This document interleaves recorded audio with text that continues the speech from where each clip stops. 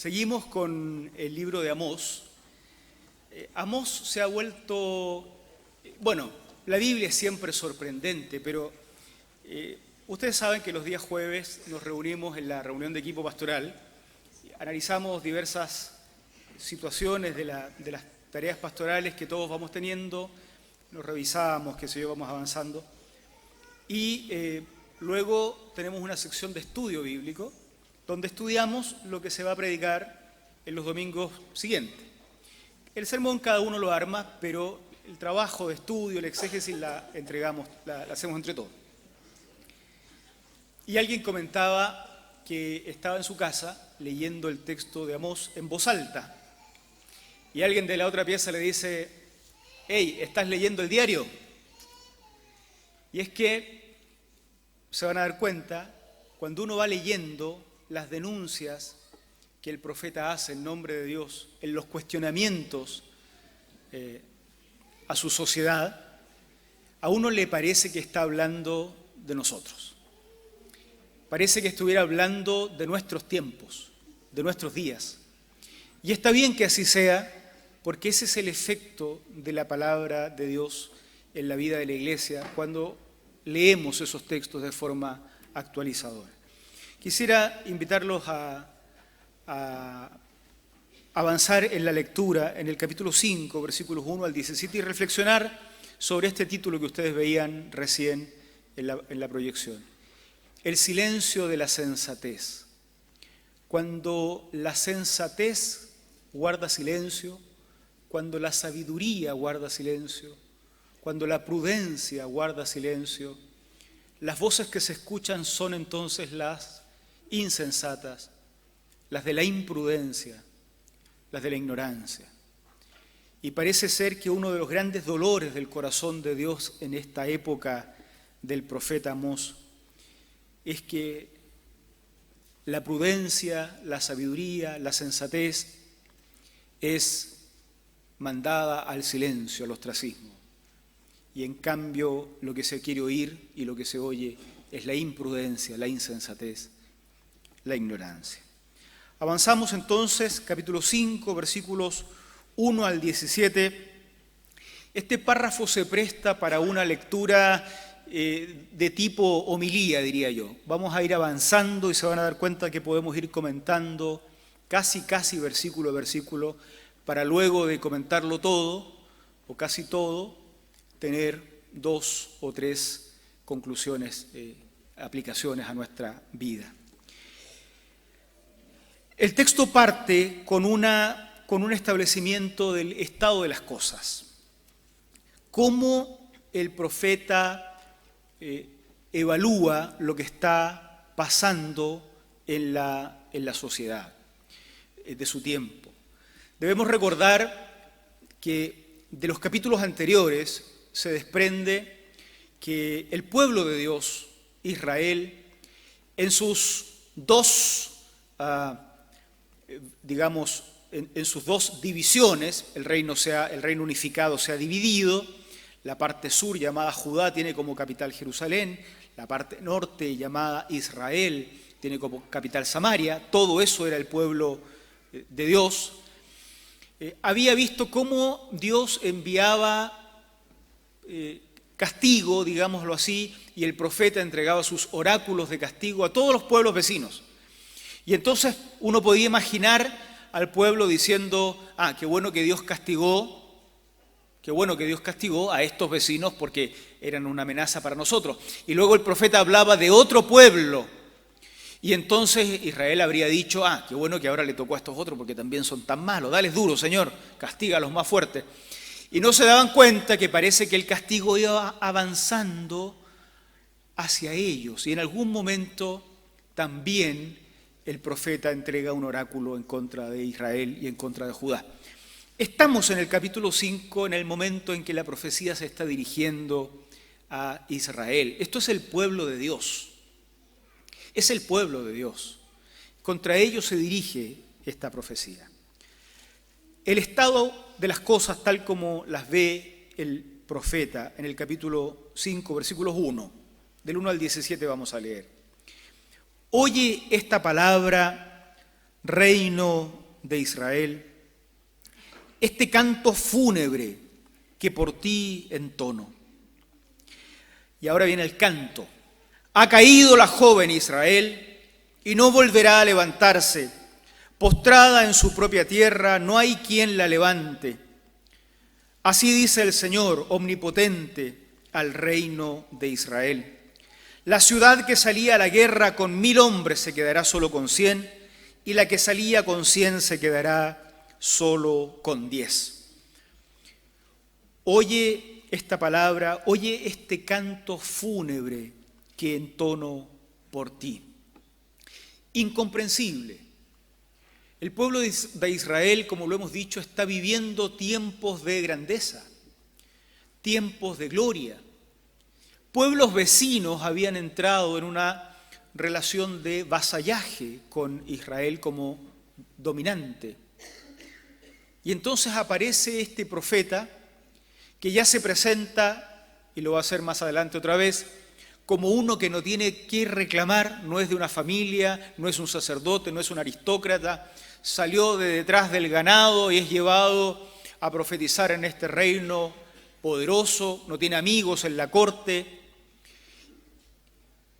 y les dice: vengo a entonar un canto fúnebre por ustedes. Si no, nos estamos muriendo. Estamos mejor que nunca. Pero claro, Dios ve lo que ellos no pueden ver. Y entonces el profeta establece que, lejos de ser una condición para alegrarse, la de Israel con poderío económico, con poderío militar, con abundancia y con estabilidad, es una condición previa a la muerte.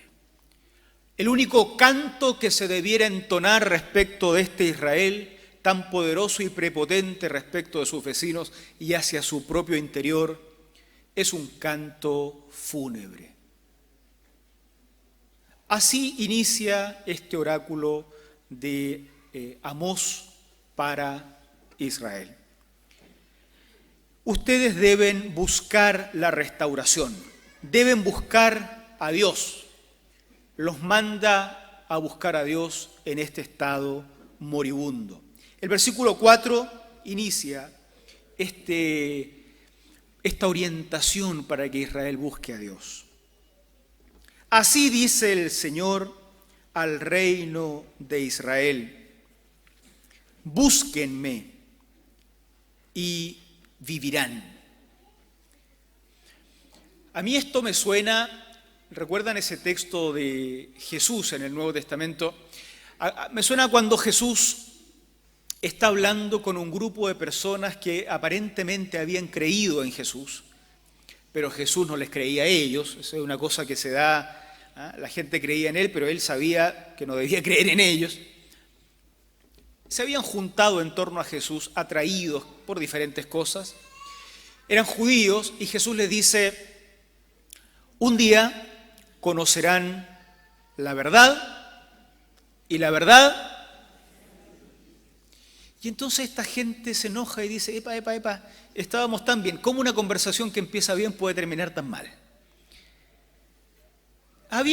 Estábamos tan felices con esto de que nosotros creíamos en ti, tú nos hablabas. Pero Jesús les dice: sí, busquen, encontrarán la verdad, la conocerán y entonces serán libres. Y ellos dicen: nosotros nunca hemos sido esclavos. Se enojan. Son el pueblo de Dios. ¿Cómo puede aparecer el hijo de un carpintero, un provinciano de la Galilea, que le viene a decir a estos sabios, aparentemente sabios de Israel: un día conocerán la verdad, como si ellos no conocieran la verdad? Y que un día serán libres, como si hoy no fueran libres. Somos el pueblo de Dios. Y entonces esto que estamos leyendo en Amós me suena exactamente a eso.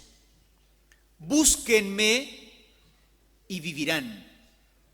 ¿Cómo te vamos a buscar si somos tu pueblo? ¿Y cómo vamos a vivir si no estamos muertos? No entienden porque no ven lo que Dios ve. Lo que ellos ven es abundancia, opulencia, riqueza, poder, y en otros, fragilidad, debilidad. Lo que Dios ve es que están moribundos y que sobre ellos se puede cantar lo que cantaba el profeta, un canto de lamentación. Búsquenme y vivirán, pero no acudan, verso 5, a Betel, ni vayan a Gilgal, ni pasen a Berseba, porque Gilgal será llevada cautiva y Betel reducida a la nada. Busquen al Señor y vivirán, no sea que Él caiga como fuego sobre los descendientes de José. Es otro nombre que se le da a Israel, los descendientes de José. No vayan a Betel. Betel es un santuario, Gilgal es un santuario, Berseba es un santuario. Son lugares en que Israel se ha encontrado con Dios en el pasado. Son lugares que precisamente por ese encuentro con Dios se han constituido en lugares designados para el culto. Hay altares, se ofrece adoración a Dios. No estamos hablando de que de verdad sean lugares paganos. La gente no acude en este contexto del siglo VIII a.C., a Betel, a Gilgal y a Berseba a adorar a los ídolos. Acude a adorar a Dios, al único Dios que ellos tienen. Por eso es más contradictorio que Dios a través del profeta les diga, búsquenme, pero no vayan a buscarme donde tradicionalmente me han buscado. No en Betel, no en Gilgal, no en Berseba, pero Betel, casa de Dios, puerta del cielo. No, los santuarios, producto del sistema religioso, son santuarios en los cuales está todo menos Dios. El sistema funciona tan a la perfección, tan bien planificado, tan bien coordinado, tan bien administrado, que ya no necesita ni a Dios para funcionar.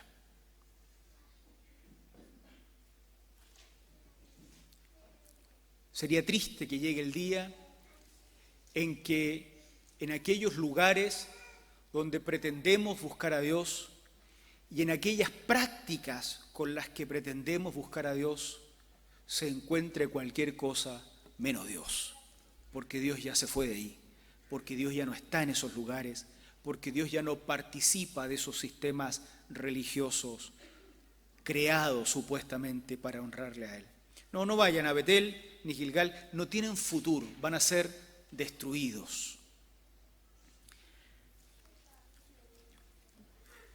El Señor, versículo 8, hizo las Pléyades y el Orión.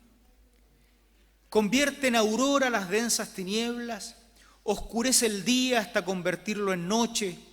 Él convoca las aguas del mar, las derrama sobre la tierra. Su nombre es el Señor. Él reduce a la nada la fortaleza y trae la ruina sobre la plaza fuerte. Fíjense que el sistema religioso judío, y le puede pasar a cualquier sistema religioso, también al cristiano, y dentro del cristianismo también al evangélico, suele pasar, o pudiera pasar, que Dios, el Dios Todopoderoso, termine reducido a lo cúltico. Y entonces todos construimos nuestro pequeño Betel, nuestro pequeño Gilgal, nuestro pequeño Berseba, en un templo, en una casa, en un rito, en algún elemento mágico que hacemos. Puede ser un signo, puede ser un símbolo, o puede ser un culto. Y reducimos a Dios a eso. Dios está en eso. Dios está en este rito que yo hago todos los días. Dios está en este culto al que voy toda la semana. Y con eso es suficiente. Entonces el profeta dice, no lo busquen ahí porque ahí no está. Eso no tiene futuro, eso se va a destruir. Y les presenta a Dios y les dice, miren, el Dios del que les estoy hablando no hizo un templito, hizo las Pléyades, hizo las constelaciones. Esas constelaciones que se miran para no perderse en el desierto, para navegar, para establecer, como hacían los científicos de la época, los sabios de la época, las fechas de las cosechas, los tiempos para sembrar, las estaciones del año, los calendarios solares, agrícolas, en general, todo eso que hace funcionar el universo completo, eso es lo que hizo Dios. Y ustedes lo van a ir a buscar a una casita que armaron en Betel, o a otra casita que armaron en Gilgal, o a otro monolito que armaron en Beersheba. Eso no tiene futuro. El Dios del que les estoy hablando y al cual tienen que buscar, miren hacia arriba, es el que creó todas estas cosas, el que está detrás de aquello que parece infinito, el que está detrás de lo infinito, el que crea lo infinito, eso es Dios. Y a Él les invito a buscar. Imagínense cómo se rompe la cabeza de un pueblo que cuando les dicen busquen a Dios, ellos saben que tienen que viajar un par de kilómetros para ir a Gilgal, porque ahí está Dios. Dios no vive ahí. El Nuevo Testamento se rebela contra estas prácticas también. Esteban se queja. Justo antes de morir, en el libro de los Hechos, los que leen el Nuevo Testamento o han leído recordarán la historia. ¿Cuántas veces el profeta les dijo que Dios no habita en templos hechos por mano del hombre? ¿Se acuerdan? ¿Cuántas veces? ¿Y cuántas veces sus padres mataron a los profetas? Los persiguieron. Está la tendencia de buscar a Dios en aquellos lugares donde podemos controlarlo. Le construimos un monolito y cobramos entrada. Y decimos quién puede entrar y quién no. Construimos otro templito y armamos un sacerdocio para que la gente no hable directo con Dios, sino que pase mediado por los sacerdotes, o los pastores, o los oficiales, o los líderes de las iglesias. Y el profeta los descoloca. Busquen a Dios, como queriendo decir, hasta ahora no lo han buscado. Búsquenlo, pero no en esos lugares creados por ustedes, porque el Dios del que les estoy hablando es el creador de todo lo que existe. ¿De qué se acusa al pueblo de Dios? ¿Por qué está a punto de morir? ¿Por qué tiene que buscar a Dios? Porque de lo contrario va a morir. ¿Qué es lo que ha hecho mal? Miren el versículo 7. Ustedes convierten el derecho en amargura y echan por tierra la justicia. Versículo 10. Ustedes odian al que defiende la justicia en el tribunal y detestan al que dice la verdad. Aquí es donde algunos amigos míos dicen, estamos leyendo el diario. Se les acusa de eso. Es probable que estos hebreos sean los más religiosos y los mejores religiosos y merecerían una piocha por buenos religiosos. Pero Dios no está en eso, no lo han buscado. Curiosamente, con todas sus prácticas de religiosidad, todavía Dios les dice, búsquenme, porque no lo han buscado. Están descubriendo que eso no era buscar a Dios. Y se les enrostra su pecado, y su pecado es convertir el derecho en amargura, echar por tierra la justicia. Ustedes odian al que defiende la justicia en el tribunal. Es gente peligrosa. Esa gente que espera que se haga justicia al injusticiado, es gente peligrosa. Estos, el pueblo de Dios, odia a esas personas que reclaman justicia porque han sido tratados con injusticia. El pueblo de Dios detesta a esas personas que están buscando la verdad. Verso 11, por eso, como pisotean al desvalido y le imponen tributo de grano, ustedes no vivirán en las casas que están construyendo. No nos focalizamos nosotros, ni nos vamos a focalizar en la forma del castigo. Hay una interpretación equivocada a veces al pretender de manera concordista ver en los castigos de la antigüedad los castigos futuros también. Lo que sí es cierto es que lo que indigna a Dios le sigue indignando para siempre.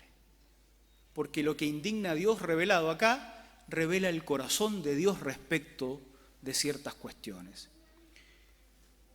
Pisotean al desvalido y le imponen tributo de grano. Aquí es donde vamos descubriendo que parece que no les está hablando al común de las personas, sino a quienes tienen en su poder la capacidad de imponer tributo. Ya lo vimos en alguna oportunidad estudiando Miqueas y en otro que es un profeta del mismo siglo VIII antes de Cristo. Ya lo vimos que siempre está la posibilidad de convertir en legal lo que es injusto. Hay filósofos que han investigado esto hace décadas, son muy conocidos, que han mostrado esta cuestión. El origen de muchos de nuestros sistemas legales, el origen de muchas cuestiones que hoy son ley y que originalmente fueron simplemente robo, injusticia, pisoteo del más débil. Los conocedores de la Biblia recordarán la historia de la viña de Nabot. ¿Se acuerdan cuando Acab le arrebata la viña a Nabot? Y viene un juicio del Señor muy fuerte. Y todos nos indignamos con Acab y con Jezabel porque traman en contra del pobre y justo Nabot. Bueno, hay un rabino que hizo una tesis doctoral en Buenos Aires y analizó desde la perspectiva de la legalidad hebrea esta situación.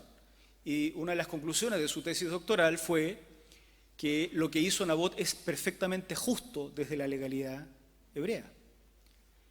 Era lo esperable de un rey. Lo ilegal fue lo que hizo Nabot desde la perspectiva de la legalidad. No estará abierto a que el rey tome lo que quería tomar. Eso es ilegal en la cultura hebrea de la época de la que estamos hablando. Lo interesante es cómo en el texto bíblico Dios no se pone del lado de la legalidad. Dios se pone del lado de Nabot. Y el que termina siendo castigado porque infringe una ley que no es la ley del pueblo, sino que es la ley de Dios, es Acab y Jezabel. Por eso Jesús no habla de justicias humanas. Por eso Jesús ni la fe cristiana funda su comportamiento en aquellas cuestiones que son legales desde perspectivas humanas, sino que funda su comportamiento desde la perspectiva de cuestiones que son justas ante Dios. Y por eso frecuentemente los que hacen la justicia ante Dios terminan en cárceles por violar leyes que no son las de Dios, como sucede en muchos de los países en los que el cristianismo es perseguido. Violan leyes que no son justas ante Dios, si bien son justas entre ellos. El pecado del pueblo tiene que ver con esto, con odiar a quien busca la justicia, no a quien busca la legalidad de un sistema. Odiar a quien busca la justicia de Dios, odiar a quien busca la verdad de Dios. Verso 12, yo sé cuán numerosos son sus delitos, cuán grandes son sus pecados. Ustedes Ese ustedes debe sonarnos muy fuerte. Son las mismas personas que tienen el poder de imponer tributo a otras. Ustedes oprimen al justo, exigen soborno y en los tribunales atropellan al necesitado. La prepotencia de quien está en condiciones de imponer su voluntad a otros. Pasará por alto en medio de la mediocridad de nuestra civilidad, pero no pasa por alto esa prepotencia ante los ojos del Señor. Por eso, en circunstancias como estas, guarda silencio el prudente, porque estos tiempos son malos. Una sociedad fundada o una sociedad que funciona en las condiciones en que funciona esta sociedad es una sociedad donde el sensato, el prudente y el sabio son mandados al silencio. Quienes saben son los que deben guardar silencio y quienes no saben, pero tienen el poder de imponer su voluntad sobre otros, son los que dominan. Pero una sociedad donde los que saben son mandados al silencio no tiene futuro. No tiene ningún futuro. Es una sociedad que frente a Amós solo debiera ser objeto de un canto de muerte. Queridos, fue imposible no asociar esto que estoy leyendo con un texto que habíamos leído algunos domingos atrás en el capítulo 2, versículo 12. Capítulo 2, versículo 12. Ustedes les hicieron beber vino a los nazareos y les ordenaron a los profetas que no profetizaran. Dentro del plan de Dios, dentro de la obra de Dios, estaban estos que hacían voto ante el Señor, que cumplían un rol dentro de la fe. Y estaban también los profetas a los que Dios levantaba como Amós para hablar las cosas que frecuentemente el pueblo no quería oír. Dios les dice: ustedes profanaron a los nazareos y mandaron guardar silencio a los profetas. No queremos que alguien nos hable la palabra de Dios. No queremos. Porque nosotros querríamos escucharnos nosotros mismos mejor. Y ahora un pueblo sin profetas, donde los profetas son silenciados, y un pueblo donde los prudentes también son silenciados, porque es muy peligroso decir la verdad, es un pueblo que no tiene futuro. Ese es el pecado que tiene a las puertas de la muerte a Israel. Eso refleja el corazón de Dios también en nuestros tiempos, Y en una sociedad donde la sensatez guarda silencio, ¿quién es el que habla? ¿Qué voz escuchamos? La de la insensatez, la de quien no sabe, la de la ignorancia, la del atropello, donde precisamente todo debe imponerse igual que en la época de Amós, violentamente, con soborno, humillando al frágil.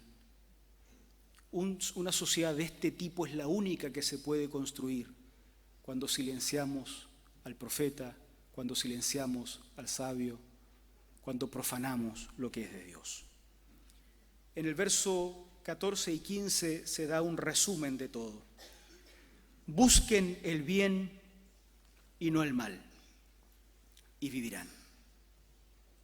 Y así estará con ustedes el Señor Dios Todopoderoso. Odien el mal y amen el bien.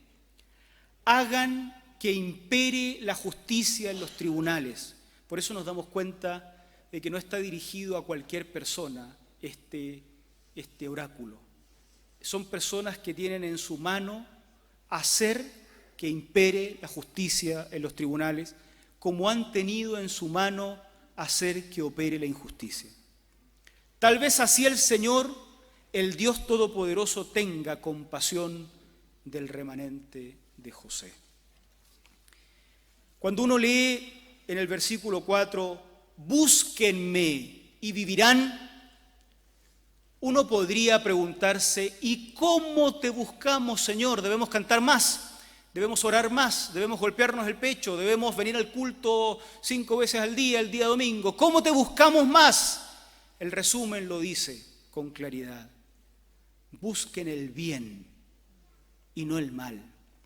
Hagan el bien y no el mal.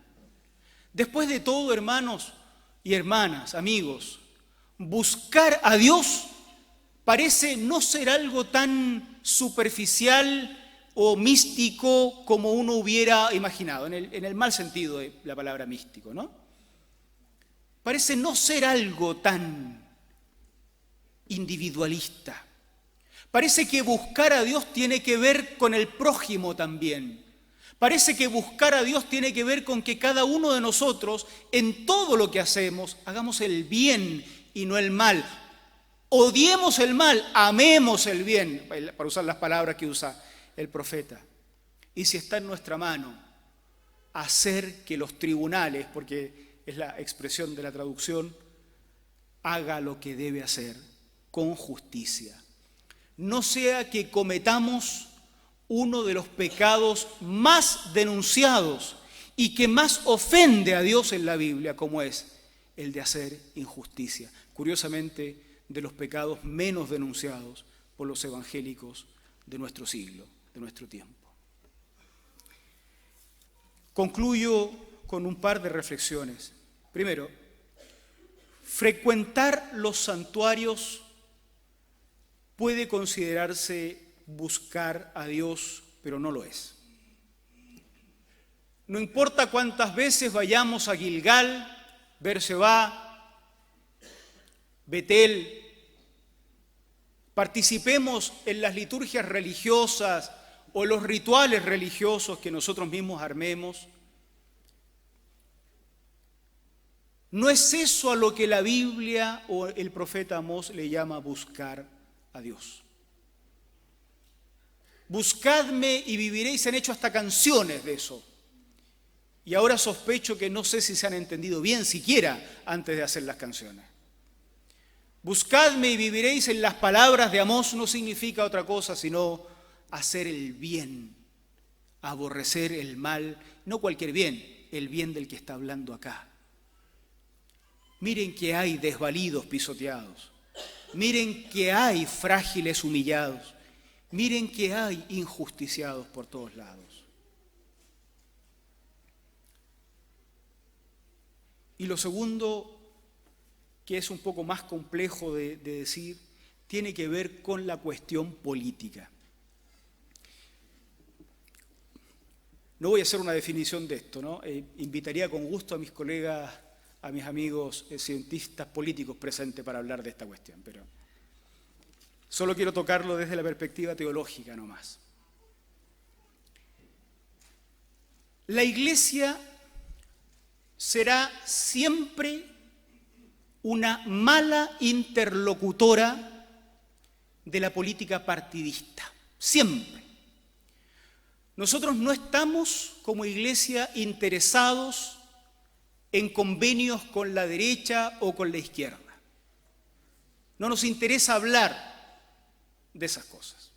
No nos interesa imponer un candidato o imponer a otro candidato. No es nuestro tema y seguramente va a ser la conversación más aburrida que tenga quien esté interesado en convencernos de un voto partidista. Pero después de leer Amós, claramente se confirma lo que ya sabíamos, que la Iglesia no está interesada en la discusión político-partidista, pero sí en lo político. lo que tiene que ver con el funcionamiento de nuestra sociedad a partir de creación de leyes que gobiernen.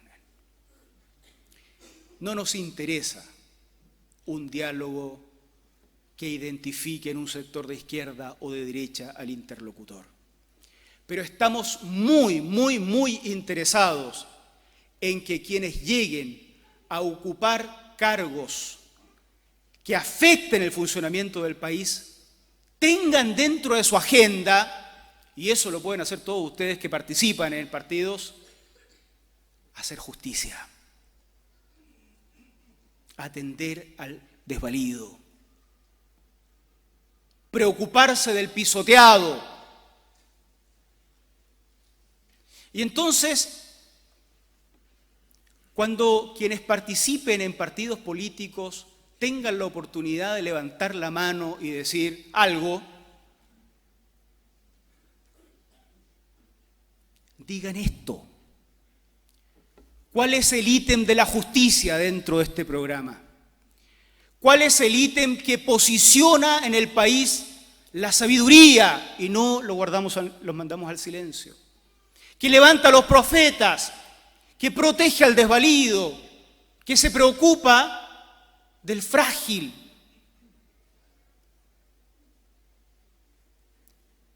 No estamos interesados en que nos vendan un proyecto político, porque no lo vamos a comprar. Además, no tenemos plata para comprar esas cosas. Estamos comprando proyectores nosotros. Pero sí estamos interesados en que desde lo que podemos hacer, los injusticiados experimenten justicia, los desvalidos experimenten buen trato, los migrantes no sean pisoteados, los frágiles no sean humillados y la prepotencia de quien tiene el poder de decidir por otros no se instale como forma de hacer las cosas. No porque eso sea de derecha o de izquierda, no es nuestra discusión, sino porque esas cosas son consideradas pecado por Dios y porque somos llamados a buscar a Dios. Y buscar a Dios es amar el bien y aborrecer el mal. Y entonces, nosotros como iglesia no instalamos jueces que hagan lo bueno, jueces que hagan lo malo. No instalamos directores de hospitales, no instalamos investigadores que generen conocimiento en el país, no instalamos empresarios que generen producción y que den trabajo al resto. La iglesia no tiene el poder de hacer eso y qué bueno que no lo tiene porque cuando lo tuvo dejó la escoba. Pero cada uno de nosotros como ciudadanos sí somos llamados a hacer el bien desde estas cuestiones. Y entonces los invito a pensar en este asunto, pero no en las categorías de política partidista, nunca desde esas categorías. Es un tema insignificante comparado con aquello de lo que la Biblia nos está hablando. Por eso decir propiedad privada desde un púlpito no es ser pro derecha o algo así. Y decir pobre desde el mismo púlpito no es ser pro izquierda o algo así. Amós nos habla de estas cuestiones en el siglo VIII antes de Cristo. Claramente no tiene él que ver con las disputillas que se arman en esta forma de hacer política en nuestros días. Queridos, hagamos el bien. Nuestra ciudad necesita que los sabios hablen, no que guarden silencio. Creemos espacios para que los sabios hablen, para que los prudentes hablen, para que los sensatos hablen. Creemos esos espacios, no para que guarden silencio. Seamos todos nosotros, hombres y mujeres, profetas, no mandados al silencio, sino hablar lo que es bien, lo que es bueno. Y el Señor nos ha dicho lo que es bueno. Nosotros hemos creado una serie de elementos distractores, como que rehuimos hablar de esto. Para no hablar de justicia hemos metido otros temitas que a nosotros nos incomodan por nuestra cultura. Pero estos son los temas que incomodan a Dios. Estamos llenos de fragilidad también en nuestros días. Sirvamos al Señor. Nuestros tiempos necesitan hombres y mujeres servidores del Señor. Que Dios nos dé el coraje, el valor, y voy a decirlo así, un poquito la locura para hacer la voluntad de Dios. Cuando lo que se quiere es que guardemos silencio como profetas, que guardemos silencio como sabios y que la insensatez hable. Dios tenga misericordia de nuestro país, Dios tenga misericordia de nosotros. Oramos al Señor, terminamos cantando al Señor dirigidos por nuestro coro. Les pido a ustedes que se pongan de pie, por favor. Oramos. Señor, agradecemos la posibilidad de estar acá una mañana, tarde, Señor, ya a estas alturas más. Te damos gracias porque podemos abrir este libro tan desafiante para nuestros tiempos. Y te rogamos que nos ilumines y que nos bendigas para no distraernos en pequeñeces, Señor, sino focalizarnos en estas cuestiones que te incomodan, que destruyen pueblos, que nos llevan al borde de la muerte, porque no queremos que de nosotros hoy día se canten canciones de muerte, sino que queremos cantar para tu gloria, queremos cantar tu victoria, queremos cantar tu grandeza, querido Señor. Te damos gracias porque nuestro pecado, porque participamos de esto también, fue pagado en la cruz del Calvario con tu sangre preciosa. Que seamos llenos del Espíritu Santo, para que en esa plenitud sirvamos también en todos aquellos lugares donde tú hoy nos pones para servirte, de tal forma que no tengamos que escuchar a un profeta que nos diga que también nosotros hemos dejado de buscarte de verdad. Señor, queremos hacer lo que te honra, queremos hacer lo que te agrada. En el nombre de Cristo Jesús oramos y esperamos tu bendición. Amén. Amén. Gloria al Señor.